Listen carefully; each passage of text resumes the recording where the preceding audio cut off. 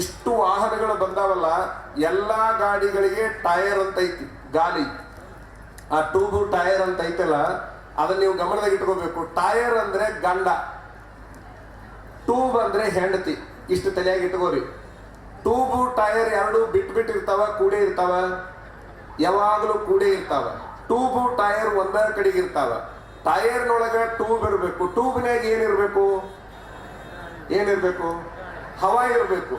ಅಂದ್ರ ಹೆಂಡತಿನ ಮಾಡ್ಕೊಂಡ ಮೇಲೆ ವಾರಕ್ಕೊಮ್ಮೆ ಹವಾ ಐತೆ ಇಲ್ಲ ಚೆಕ್ ಮಾಡ್ಬೇಕು. ನೀವು ಮದುವೆ ಆದ ಗಂಡಸರು ಹವಾ ಹಾಕ್ಬೇಕಾಕಿ. ಈಗ ವಾರಕ್ಕೊಮ್ಮೆ ಹವಾ ಹಾಕ್ಬೇಕು. ಸ್ವಲ್ಪ ಹವಾ ಹಾಕೊಂತ ಇರ್ಬೇಕು. ಹವಾನು ಬಾಳನು ಹಾಕಬಾರ್ದು, ಕಡಿಮೆನೂ ಹಾಕಬಾರ್ದು. ಒಂದು ಗೇಜ್ ಇರ್ತೈತಲ್ಲ, ಆ ಗೇಜ್ ಪ್ರಕಾರ ಹವಾ ಹಾಕಬೇಕು. ಬಹಳ ಆದ್ರೂ ಕೆಡ್ತೈತಿ, ಕಡಿಮೆ ಆದ್ರೂ ಕೆಡ್ತೈತಿ. ಇನ್ನೊಂದು ನಿಮ್ ತಲೆಯಾಗಿರ್ಲಿ, ಟೈರ್ ಒಳಗೆ ಹಣಿಕೆ ಹಾಕಬಾರ್ದು, ಟ್ಯೂಬ್ ಹೊರಗೆ ಹಣಿಕೆ ಹಾಕಬಾರ್ದು. ಗೊತ್ತಾಯ್ತಲ್ಲ?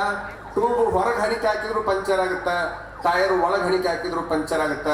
ಹೆಂಡತಿಗೆ ಪೂರ್ಣ ಸ್ವಾತಂತ್ರ್ಯವನ್ನ ಕೊಟ್ಟು ಬಿಡ್ರಿ, ನಿಮ್ದು ಹೊರಗಿನ ವ್ಯವಹಾರವನ್ನ ಪೂರ್ಣ ಮಾಡಿಕೊಡ್ರಿ ಎನ್ನುವಂತದ್ದನ್ನು ಹೇಳಕ್ ಬಯಸ್ತೀವಿ.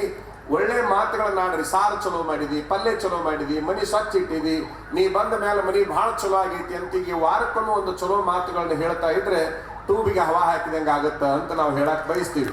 ಹಿಂಗೆ ಹೇಳುವಾಗ ಮೊನ್ನೆ ಒಬ್ಬ